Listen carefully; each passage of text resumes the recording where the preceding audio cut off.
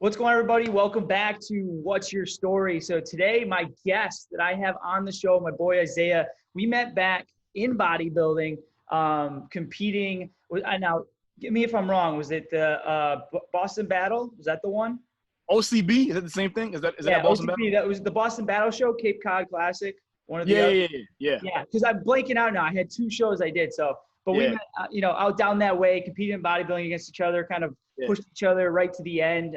Really competitive show. It was a blast. But I met Isaiah back then, and since then, kind of followed his journey. He's inspired me over the years, just continuing to keep pushing. And someone that has such a positive mindset, and someone I definitely wanted to bring on the show because I think he can give a lot of value from the mindset he has to the work ethic he has, and just always trying to get better moving forward, which I think right now with everything going on, someone that can bring a positive vibe to the show, I definitely want to have on. So Isaiah, man, I want to welcome you to the show, bro.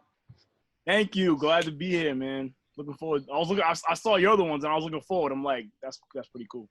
Yeah, man. No, I appreciate it. It was cool. Like, I was looking forward to having you on. I feel like we've talked on and off for a little while about doing it. So I'm glad I can get you on. And, I just want to jump into like kind of where we met. And I think that's a good platform to start off. And, we both had a passion for fitness, bodybuilding. And then I know things have changed over the years a little bit from goals, but, let's go back to bodybuilding. You were passionate about that. What got you into bodybuilding, fitness kind of in the first place? Man, that's a crazy question because I can't really pinpoint it. Like, I was always into fitness. I was always like an athletic kid growing up. I played basketball my whole life. I played football for most of my life. I ran track in high school. So I was always an athletic kid. But like, I was that kid back in high school who weighed like 100 pounds, and all I ever did was like sit-ups. I'd go to the gym and do sit-ups and curls, and that's it. You know what I'm saying? So like, I got to high school and I was on the football team, and like I was like the smallest kid in the whole team. And like even after high school, like I was just like a really small kid. I was like shredded because all I ever did was play basketball and do sit-ups. But I don't know. I think I got my first gym job at Workout World back in like 2011, 2012, and I just became very good friends with all the trainers there. And that, like, we would just hang out a lot. And like, even at the gym, we would just hang out and they would just like talk to me and like teach me stuff. And I'd be like, yo, how do you do this? How do you get a bigger chest? How do you get big? So they would just like teach me stuff. And then I was learning so much from them that like, I was like helping my friends out. Some of my friends started coming to me like, Isaiah, how do you do this? They're asking me questions, Right. And then the trainers at that gym, they're like, yo, dude, you can get paid for that, right? Like, this is what we do. Like, you could make a career out of this. And I'm like, all right, dope. So I went to that's actually why I moved to Boston in the first place, was to go to school for American Academy of Personal Training. I don't know if you heard of it, but I know they're very close. I'm familiar with it. Yeah. But anyways, I don't know. It's weird because I get asked that question a lot. Like, why? Like, when did you start bodybuilding? And I can't really pinpoint it. I kind of just like felt like the first time I lifted, like I started to fall in love with it more and more as time passed. So it wasn't like I can't pinpoint it back to like a specific day where I was just like, oh, I like this. You know what I'm saying? I just kind of like grew a love for it, like a passion for it, Yeah. Do you feel like, so for me, I had an insecurity growing up where I was just kind of like the thin, scrawny kid. So for me, it was a confidence thing. And then as I could control the results, like I love working out because no one can take away the work you put in. Like your results are directly based off your work ethic, the food you're eating and things like that. Was it something similar to that? Or you just, it wasn't as much insecurity, or is it more of just, you just enjoy working out and then the results came and you just want to keep getting better and better and better? Yeah, I think it's a little bit of both, man, because like I'm not like a tall guy, like like you see me, like I'm like 5'5", 5'6" on a good day. You know what I'm saying? So like I'm not a big dude, So like I think it might have started with some insecurity. I don't think it based from that. Like that's definitely a big part of it though, because like I was always like the shortest kid, shortest guy, whatever. You know what I'm saying? So once I started to put on a little muscle, people were like, oh, look at people started noticing. You know what I'm saying? Right. So like, but it wasn't just that though. I mean, you could take away everybody else, and I would still do it. You know what I'm saying? Because it was. So I guess you could say it's like a little bit of both. Yeah, I mean, you just loved it. You just liked the training side of it, and it just kind of fell into that, in that category to an extent. Mm-hmm. So when you're working out, you're enjoying it. People are starting to ask you advice. You start going to coaching a little bit more, and we'll stay on the bodybuilding, and then we'll flip to the coaching side a little bit. But when was the decision it kind of clicked in your head that you're like, you know what, I'm going to see if I can compete and do a show? Okay. Good question. So at the same gym at Workout World, one of my trainer friends that I hung out with, His name's Kevin Viveros. I remember this kid. He was like the craziest dude ever. But he was like a bodybuilder. Like he wasn't just like he lived, he breathed, he ate it, slept, like everything. He was all about it. He was one of those like, I'm going to win the Olympia type bodybuilders. You know what I'm saying? Sure. So he was an amateur. He wasn't even a pro yet. He just had that dream. You know what I'm saying? And he was one of the guys that I would see at work every day. We worked at the front desk together, and he was a trainer. So like, I would work. He would see me working out, and he would say all the time, like, dude, you got potential. Like, you have good genetics. Like, when are you gonna do a show? And he would ask me like all the time, like, when are you gonna do a show? When are you gonna do a show? I'll coach you. You don't even have to pay me. Like, I'll literally coach you through a show. So then, you know, I worked there for like a year and a half, and he was saying that the whole time. So I moved to Boston, and then like I started going to this, I forget what gym it was. It was some gym somewhere in Boston, and like these dudes were like massive. Oh, it was Greater Boston Fitness. Have you heard of it or been there? Yeah. So I went there, and there's like a lot of pro bodybuilders that go there and everything. And I posted a pic on Instagram one day just of me at the gym. There was nobody else in it except for me. And Kevin commented, he's like, yo, that's a badass gym. And then he went straight to, when are you gonna do a show? You need to do a show. And I'm like, you know what? I'm gonna do a show. Cause he literally offered to coach me through it. I'm like, all right, I'll just do it. Why not? You know what I'm saying? And I had just been thinking back to like those times when I worked at Workout World, and he just kept like, you know, encouraging me to do a show and saying that I had potential and that I had good genetics and all this stuff. And I'm like, I might as well do it. And the reason I even took so long to do it is because I was like, I don't know, maybe if you could even, you went through this yourself, but I'll be like, all right, I'm ready for a show. I'm ready for a show. And then I get like 2 weeks in. I wouldn't even sign. Get 2 weeks in and be like, I got to get bigger first. Right. You know what I'm saying? Then like 6 months would pass, and you're like, all right, I'm ready to do a show. And then I'm like, I got to get bigger first. So it was just I just got to the point where I'm like, as a bodybuilder, I'm never going to be big enough. You know what I'm saying? Sure. Like, I got to just do it, or else I'm never going to do it. You know what I'm saying? So that's how I got to my first show. Yeah, I can relate. I mean, it's one of those things you're like, oh, I'm not ready. I'm not big enough. I need to do more. My legs aren't big enough. My shoulders aren't big enough. My chest, it's like a never ending battle. So it's kind of, you just got to jump into the fire and just go for it, and then see what happens, get critiqued, and then, try again. Right. It's a wild experience. So like for me, I can relate. Yeah. So you go through the show, we do the show together. We end up coming down to the final three of us, like, an awesome, show, good time. Yeah.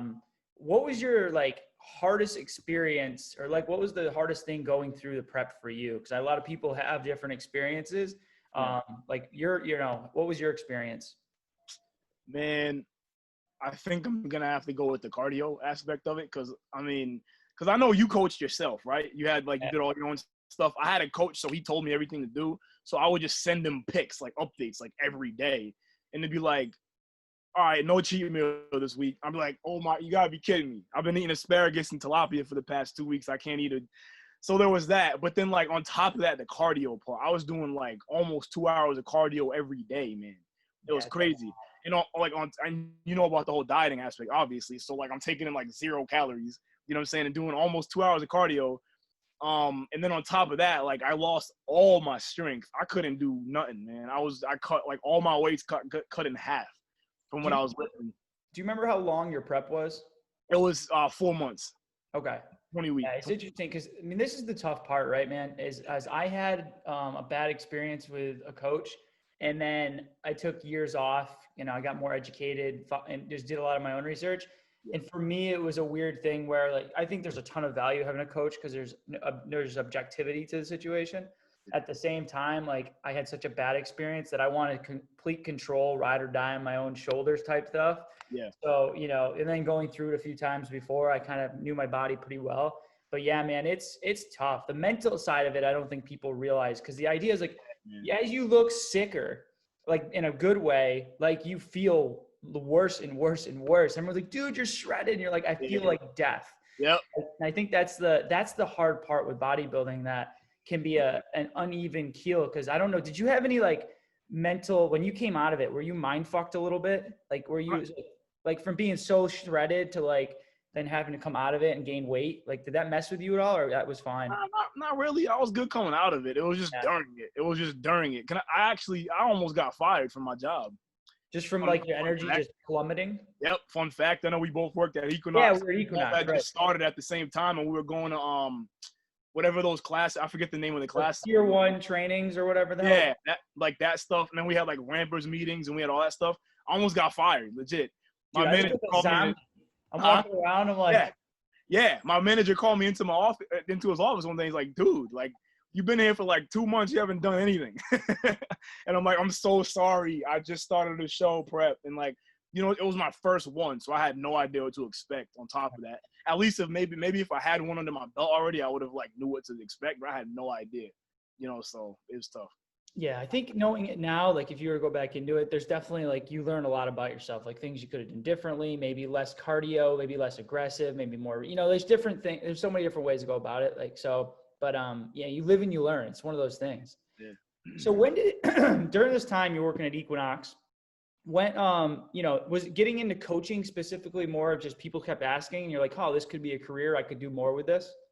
I think honestly for that as well. I mean, I always kind of had like a passion for helping people, even aside from fitness, you know. But when I started working at Workout World, you know, back then, and I started becoming friends with the trainers and everything, you know, people were like asking me for help, and it like a lot like helping people get their results. Like there's nothing even like there's not a lot that can compare to that. When you tell somebody, like somebody asks you like, you know, how do I get, it could be something as simple as like, how do I get a six pack, or how do I get like biceps or whatever. And when they start to see that, like their reaction, like the way they feel, like makes you feel good. You know what I'm saying? So I think it was kind of, but I think it's the same as like the whole bodybuilding thing. Like I started doing it and I started loving it more, but it was also like, I liked helping people. So like the fact that I like to help people, I could have been doing that in any other field, you know, and no matter what, I would have been doing that. So there's that.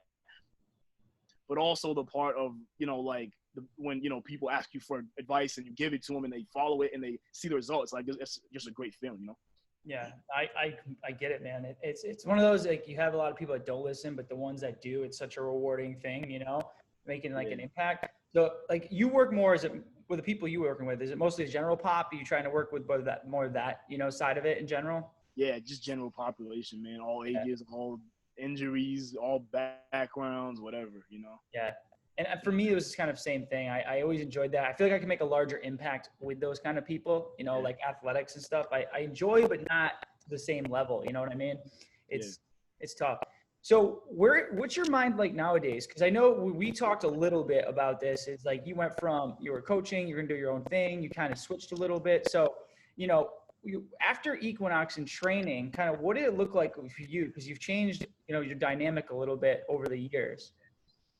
Yeah, so I guess like going from there, like when I was in Boston at Equinox, even not long after Equinox, like my main mission, my goal was to like start my own business. I don't even know what it was gonna be, whether it be like just an online thing, maybe an online training thing, maybe open a gym. I don't know, whatever it was, to start my own business. But I didn't have, and I don't even want to say I didn't have the resources. I didn't like look for them. You know what I'm saying? So I was just kind of lazy and procrastinated in that aspect. And, you know, I just went about things the wrong way. But it all happened for a reason, because like, you know, I'm after Equinox, I started at LA Fitness. I was training there for a little bit, and then I moved back here. So long story short with that, you know, I came back here kind of to like, I don't know, I guess restart my life, kind of, so to speak. I don't know how else to really say that, but, you know, extremely long story short. You know, when I came back here, my mindset kind of shifted. You know, I started going to the church that I work at now. You know, and that kind of just changed my direction. So right now I work with kids, and like I literally love, like trust me, like this, I still have a passion for fitness. I still work out every day. I still train, as a matter of fact. There's a train that's about to go by. I don't know if you can hear that. A little bit. It's not too bad. Okay, cool. Well, a girl that actually goes to my church, I actually trained for her at her gym. She owns her own gym, and I trained for her, but it's just part-time right now, because I'm working with kids full-time, and it's like I literally love it, because like, get back to the topic of helping people, like kids are literally the future of everything. Right. Of fitness, of education, of government, like literally, you know what I'm saying? So like that same passion I have for fitness is like the same passion I have for kids, just on different like levels, I guess. And I still kind of like, I don't know if you saw my Stay Fit thing on Yeah. Instagram. Yep. It is, yeah, it is kind of like I'm not making any money off it. I'm not really trying to. The whole goal for that is to just motivate people, encourage people, you know, but that's kind of like my shadow mission, I guess. You know, it's just kind of like I'm already on Instagram, I'm already on social media, so why not use that to like help people instead of just posting pics of myself. You know, I also have a personal Instagram where I post selfies all the time, but you know, my Stay Fit thing is just to like help people, like build people up, you know what I'm saying? So I wouldn't say that I'm completely like, you know, away from fitness, because I am still a trainer. I still work out every single day. It's still a passion. I still have my own goals, and you know, I'm literally never gonna stop working out. It's always part of me, you know what I'm saying? But like as far as my like main focus, it's kind of more on like, you know, my church and my faith and these kids, you know. So that's where I'm at right now. Yeah, man. I love that, because I think it's so I have such an appreciation to what you're doing at a couple levels. One, like there's only 2 or 3 things like I cry over. I've never, my fiance is like in almost 4+ years has never seen me like cry. Yeah. She's seen me tear up like during sports movies, like Invincible, The Rookie, like all these overcoming adversity, like guys that should have made it, but then overcome and fight back. And then dads and their sons and like kids. Like, so I have such appreciation for like the kid side of it. I think you have so much influence on kids, where when you're working with adults or coaching with adults, their opinions are kind of there. It's very hard to change their lifestyles and do stuff. But like kids look up to you, like you have such an influence, like you can make such an impact. So like I have such a respect for that side of it, man. And like to be, like you said, with the fitness stuff too, it's like pushing a positive message, being a healthy, good human being, like, you know, that's just like a good thing in general. And like, that's a huge part of life.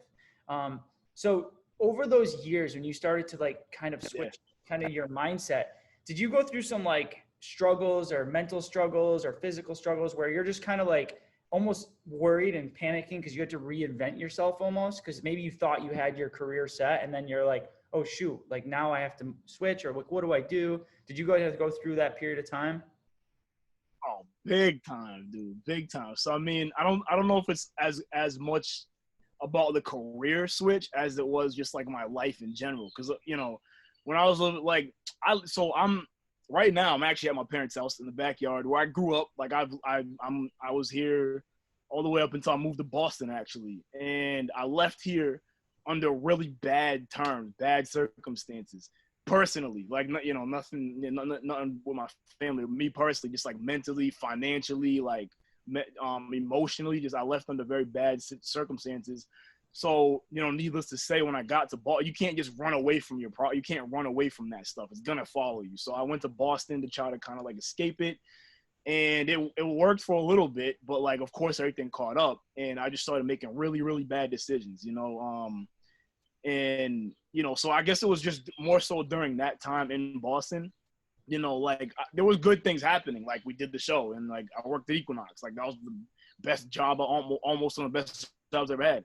You know, I did a couple rap shows out there. I opened up for Loyd Banks. You know who Loyd Banks is, right? Oh yeah, that's awesome, dude. I opened up for him. I opened up for Post Malone before he was like big. No way, dude. That's fucking yeah, it was pretty dope. So I did some cool stuff out there, and I had some cool experiences. But like the stuff that people didn't see, you know, like I was going through it, man. And you know, so there was those struggles as far as like there were days where I'm just like, yo, am I gonna do anything in my life? You know, I was literally just like, that would literally go through my head, like, am I ever gonna get my stuff together? Like, because on the outside, it seemed like I had everything together. To most people, I think it seemed like it, but like I really didn't, man. And like spiritually, emotionally, mentally, financially, I think physically is the only thing I had locked down because I was working out every day. You know what I'm saying? Everything else was just kind of falling apart. So, but like I said, I wouldn't say as far as my career, but just as far as like my life, there would just be times where I'm just like, man, what am I gonna like do? You know? So yeah, so definitely had those struggles. Yeah, man, I think like it's so easy for people to see other people that are doing things in society's views of success and then think that they're the happiest people alive. Like 99% of social media people, you look at, you're like, oh my God, they have 100,000 plus followers. They're crushing it. They have a business. They love life. Everything's great. You know, da, da, da. When most of the time people aren't as happy as they put persona, you know, or their persona is to be. And it's tough because I think so many people go through the struggles and not enough people talk about them, you know. And I think, I don't know if you agree with this, I think society as a whole puts so much pressure on, and there's expectations to have your life figured out in your 20s, you know, when most of the time I feel like it's just not reality. Like you're still learning and trying to figure out things and trying things. And you know, did you deal with like judgment? Was that a part of it, of others, or like people were judging what you're doing, or was it more mentally you were just beating yourself up and like struggling? I think it was mentally, because I had the biggest support system, or even just my whole life. My family, man, like they put up with stuff that I don't even know if I would be able to as a parent. Like, you know what I'm saying? My whole life. So it wasn't even criticism or judgment from others, because it was more just like a personal, internal thing. Definitely. You set like, is it a, in general, are you a person that sets like these unrealistic, not unrealistic, but high expectations that are hard to achieve a lot of the time? I would like to say that, but I'm kind of more that person that sets like just a regular goal and then procrastinates, Gotcha. and then procrastinates to get there. Like I'll set a very attainable goal and be like, you know, it's tomorrow, it's always tomorrow. You know what I'm saying? I'm right. And that's definitely a work in progress. And within myself, like I'm definitely a lot better with the procrastination, you know. But that's So you talked about like kind of finding your faith more, working for a church or working for kids now and things along those lines.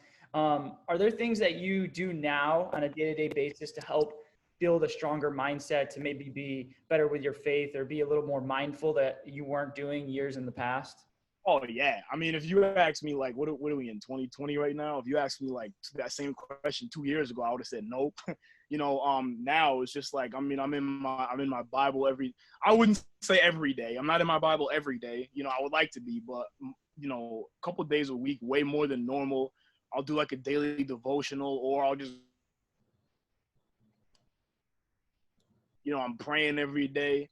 You know, at my church, we do this thing called small groups. So it's just a community of whatever. There's different small groups. Like there's men's groups, there's women's groups, there's open groups, or it's men and women. There's married groups. It's just groups for like people, because it's a pretty big church, you know. So there's just people that you can connect with, that you know you can just like rely on, pray with. And if you know how many people I've helped move, you know. So it's just like whenever anybody needs help, like, you know, moving, if somebody's going through like a financial struggle, they need help. If, you know, somebody had like a death in the family and they need like support, whatever, it's, you know, so that's what we do. They're called small groups. So we have that once a week where me and a couple guys from the church would get together and just kind of like dive deeper into scripture.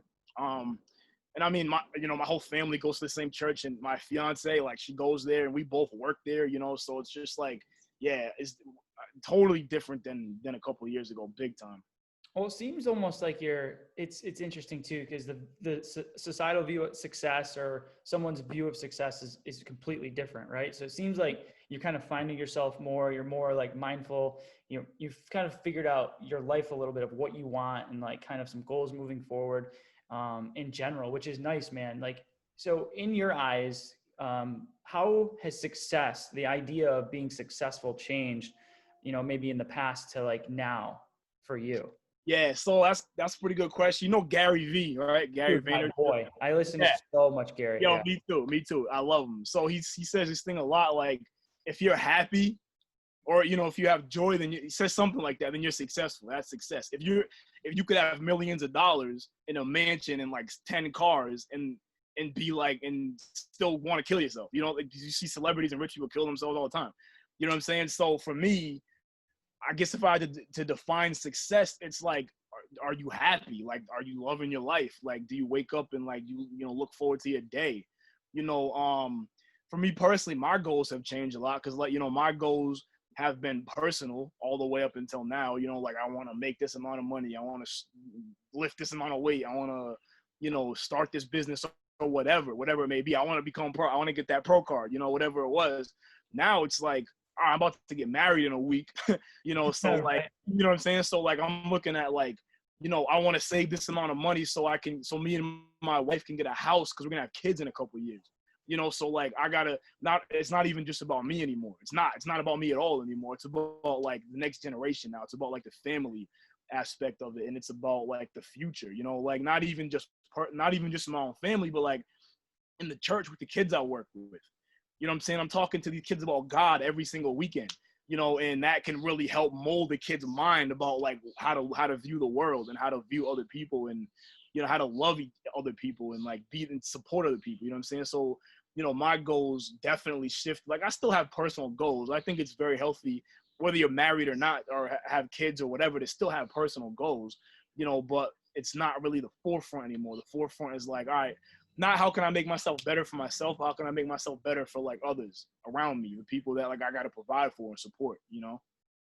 Yeah, no, dude, I love that because it goes into, and it's not even that you were selfish. It's just your mind was kind of one dimensional, where now it's like you're really focused on like impacting others' lives and getting satisfaction, gratification, and like happiness through like the family, through helping other people, through helping kids. And it's like you still, like you said, have your goals to motivate you, but it's I think if more people could have that type of mindset, like there wouldn't be 90% of the issues there are in the world in general. If we're just focused on like helping others, be a good human, like try to make an impact, you know, like open a door for someone, buy someone's a coffee, like make their day, like shoot a text to someone, give someone a call, like so many little things that don't cost really anything, but make such a large impact, you know?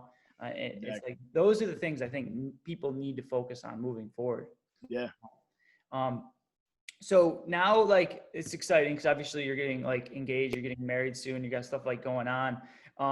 Are there specific goals that you have for yourself still? Like you talked about, you're focused on a lot of other things, or right now is it really just kind of focusing on getting everything together for your, you know, your family moving forward and just kind of taking it one day at a time? I think like if I had to make a pie chart of like my goals, you know, like the bigger piece would be like more, you know, like the family aspect, but there would still be some like, you know, little slivers of my own stuff. Like I still do music. I've been writing like a ton, a lot. I've been writing a lot of stuff. So I want to be able to get back into a studio soon. Maybe get back on a stage. Me and one of my friends from church actually wrote a song, and we actually performed it in front of our whole congregation last weekend. So that was pretty dope. That's You know what I'm awesome. saying? So like, yeah, I want to get back. Yeah, it was pretty cool. So I want to get back in the studio. Physically, as far as like my health and fitness, I have tons of goals. Like, you know, like personally, as far as like, you know, how I want to, you know, make lifestyle changes as far as like how I'm eating and like, I've been increasing my cardio a lot more. I have like running goals, you know, like you said you ran like miles, like what, 10 miles or something the other day. Like I'm not even close to that, you know. Yeah, it was, I'm it at was, like a 5K right now. no, sorry. No, yeah, it was like, so like every Sunday I'll do like a hike jog. So it's not just a constant run, but Okay. increasing, like not counting miles, just like I'm going to be hiking and running for 3 hours. I don't care how many I get. I'm going to set a goal and just like stay moving, you know. A lot of it's because I'm doing the Spartan race, which is not just pure running. It's a half marathon of just a mountain. But yeah, That's man, it's the mental side of just like pushing yourself to be uncomfortable, like on a day-to-day basis. cool. Yeah, exactly. Yeah. So I mean, as far as personal goals, that's literally it. Like I'm still in the gym every day working, you know, and lift. Like I still have weight goals, you know, goals I want to hit for like a weight that I want to get for deadlift, squat, bench, you know, the big three. I still have like physical goals. Like I have like I'm at like 181, 182 right now. I'm trying to You're get to like, outweighing me right now. am I? Oh man, that's crazy. Well, I'm also probably like 15% too, or something like that, you know. So body fat, but Yeah, it would be pretty dope to be like 190 at like 10%. You know, that would be I'll dope. get it. That's a goal right there, you know. So yeah, I mean, it's not 100%. Like it's not like I don't have any personal goals for myself. I have like, you know, little stuff, but it's all like it's little. They're like little goals, but they're things that like I gotta be consistent with to hit. So it's still a daily thing. So it may not be like my main focus, but it's still stuff I got to do every day to like make progress with, you know? Let's talk a little bit about your writing, because you obviously get like super excited every time you talk about it. You talked about a few people you like open for and like rap and stuff like that. So like when did you start writing, man? Because that's something I didn't even know really about you. Yeah. I started writing probably back in high school. I graduated in '09, so probably like maybe like my senior year, junior year. It all started with poetry actually. I wrote poems a lot, man. And I think it was like 2011 where I was listening to an instrumental. I don't even remember where I was or what I was doing, but I had it. There was just an instrumental playing, and I was reading one of my poems to the beat of the instrumental. And I'm like, oh, snap. I'm a rapper now. Nah, it's like, but it just flowed so cool. It just sounded so dope. And I'm like, yo, I could actually like do this. So then I started listening to instrumentals and started writing to them. And that was like, you know, like 9 years ago, 10 years ago at this point. And then it just progressed and progressed. And then I just met people. Like my neighbor, he's in, well, not when I lived here, he was my neighbor.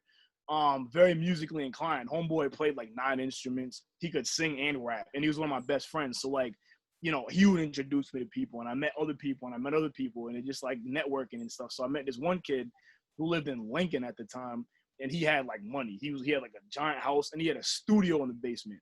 And like it was pretty dope. Me and him became pretty good friends. So I go to his house and just record stuff. And it was like kind of trash back then because it was my first time ever like being in the studio. So it didn't sound that good. But it was my first taste of like, all right, like I'm in a studio recording my own music right now.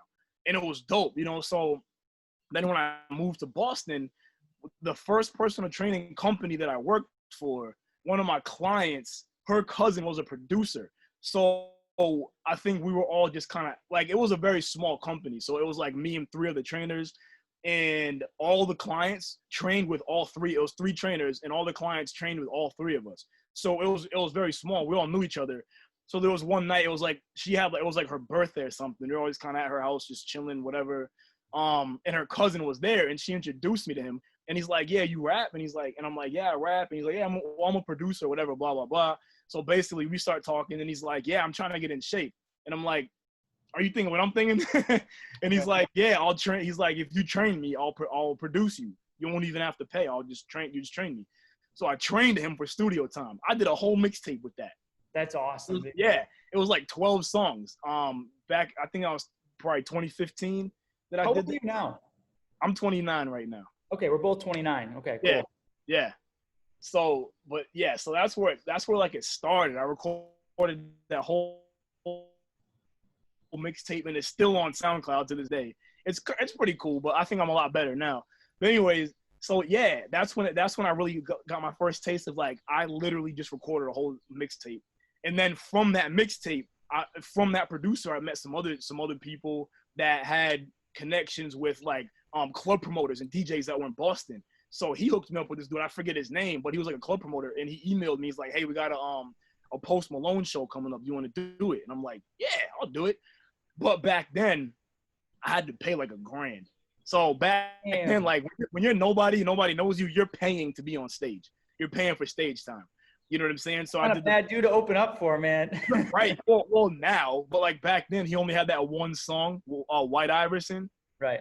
Yeah, he had that one song, and that's only, so people didn't really know who he was back then.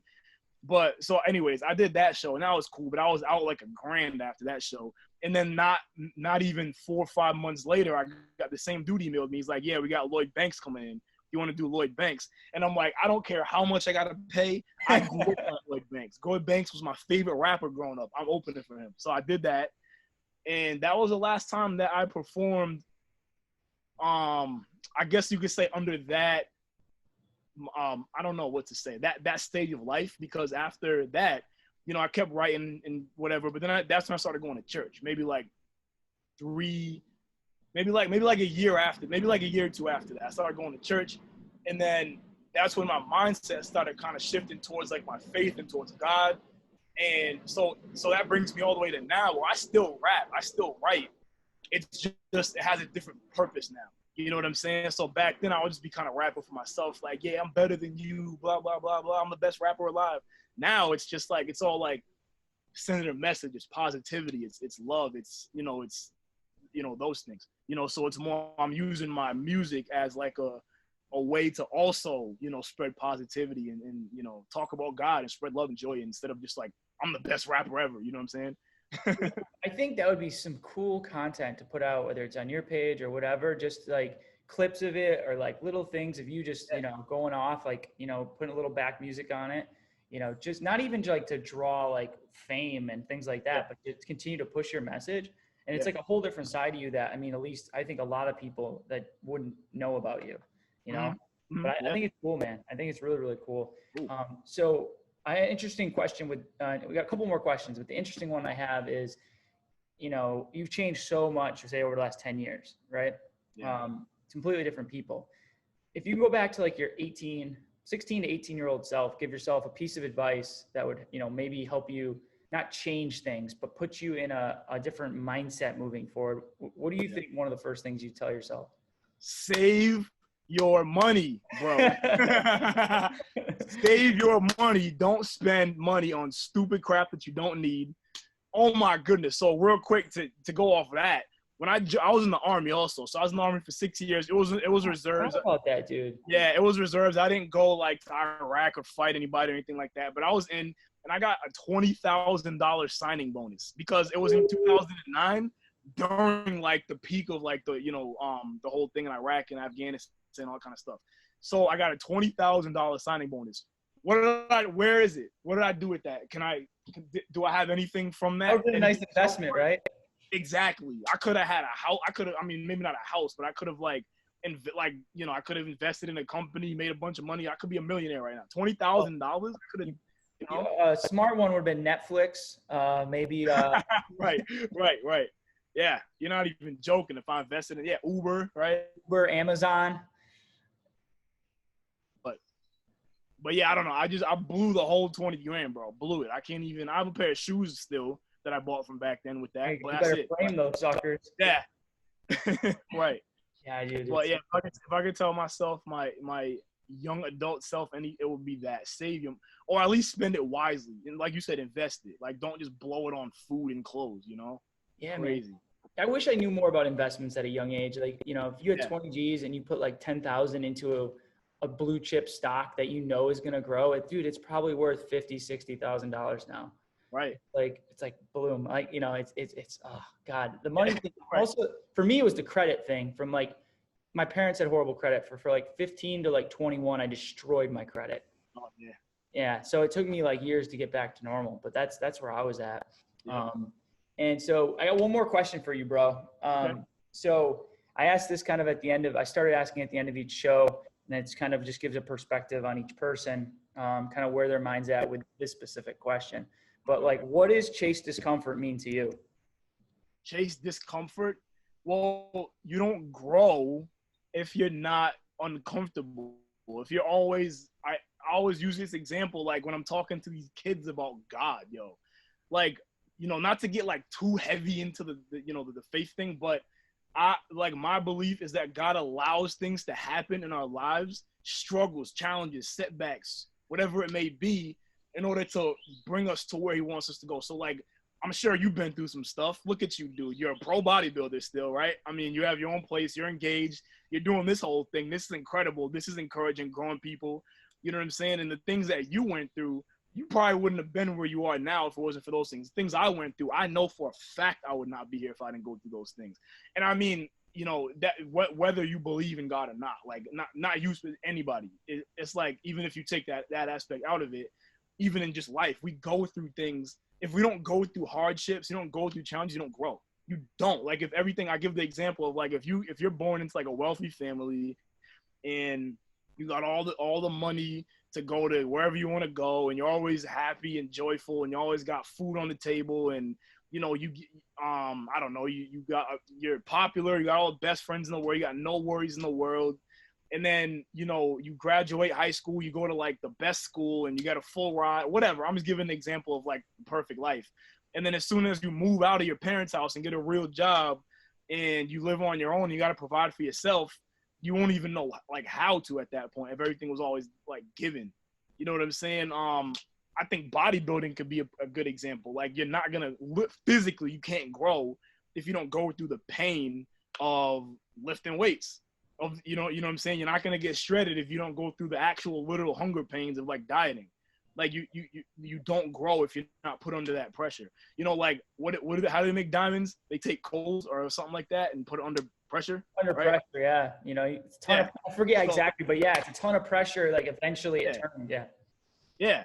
So it's just like chase discomfort. It's just like, it don't, I'm not saying, go, sell everything and go live out on the street, to be uncomfortable. What I'm saying is like the exact opposite of that. Like, instead of selling your stuff to go, live out on the street, like sell your stuff and use that, like I guess that would be a massive, take risks. You know what I'm saying? Like don't sell your car to get a bunch of money to do whatever with it. Sell your car to use that money to, like you said, put it in an investment for something.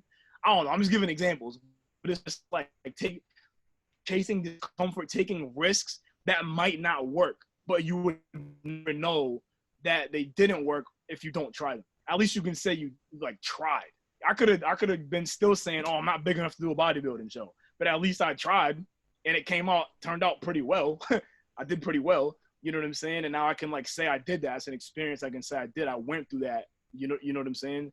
Yeah. I could talk about that for hours. It's just like if you're always comfortable, you don't grow, you don't change, Yeah, I mean, this is a huge part of my life. And that's something I continue to push like on a day-to-day basis, the chase discomfort, man. And like your bodybuilding example is the same concept as like the fitness example for me. I talk about to everybody. I'm like, if more people were willing to be uncomfortable on a day-to-day basis physically, if they physically are willing to breathe heavy, go for a run, do a 5K, lift some weights, physically be uncomfortable, there's such a mental growth that comes from that because you're overcoming like, I can't do this, but then you do it. And it gives you this click of like, wow, I did that. Or like making a checklist of things to do, read 10 pages of positive self-development every day.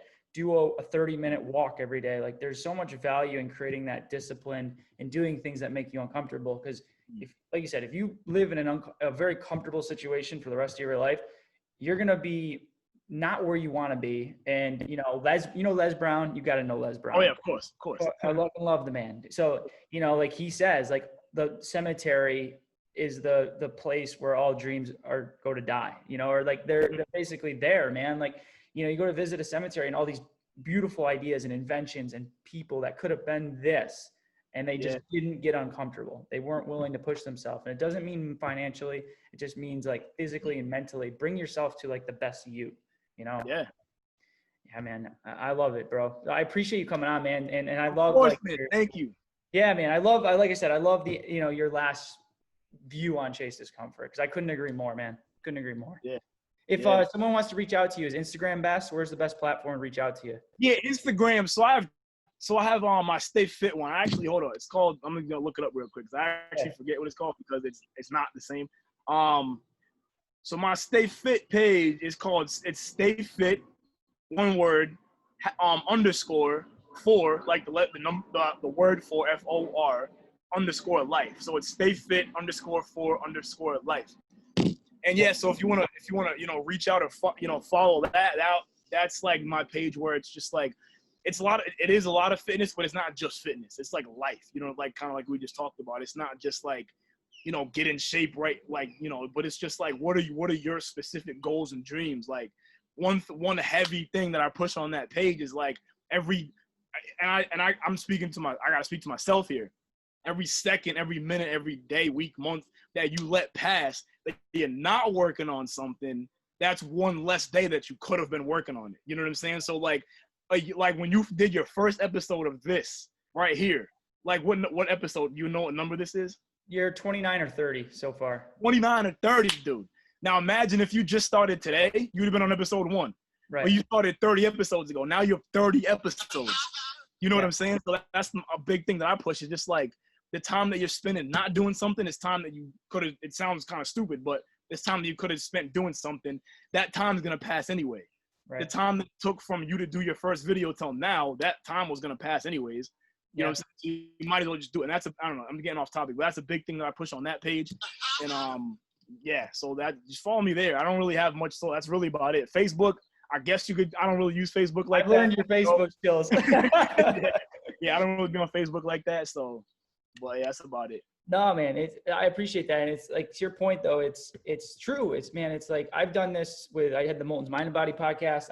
I've started goals and you get like a weekend and you're like, or you're trying to get people to come on my podcast and people aren't responding, or they're not, maybe, they're like, oh yeah, I'm down. And then how many people are down to do something or want to hang out and then they don't do it. Right. So it's easy to get frustrated in any aspect of your life physically. Like, everyone thinks the fit people or the successful people wake up every day like yes, I can't wait to get up at 5. It's going to be awesome. And I slept so well and I'm not tired. And it's like, it's just not the case, man. Like you just got to, I struggle with it on a day to day. I tell myself I'm getting up at 6 tomorrow. And then I wake up and I snooze it. I'm like, fuck. And it's like, like you just, all right, what can I do the rest of my day to be productive? Like if you have a bad day, it's like, all right, move on. What can I, it's hard, but it's every single day of putting in that work. Like you have to put in the work. Days you don't want to do it, like, you just got to do it. And then you'll feel better that you did. Yeah, exactly. Yeah. Cool, man. All right, man. Well, cool. Thanks again for coming on, bro. Appreciate it. Man. Yeah. And till next time, everybody. I'll see you guys soon. Have a good rest of your day.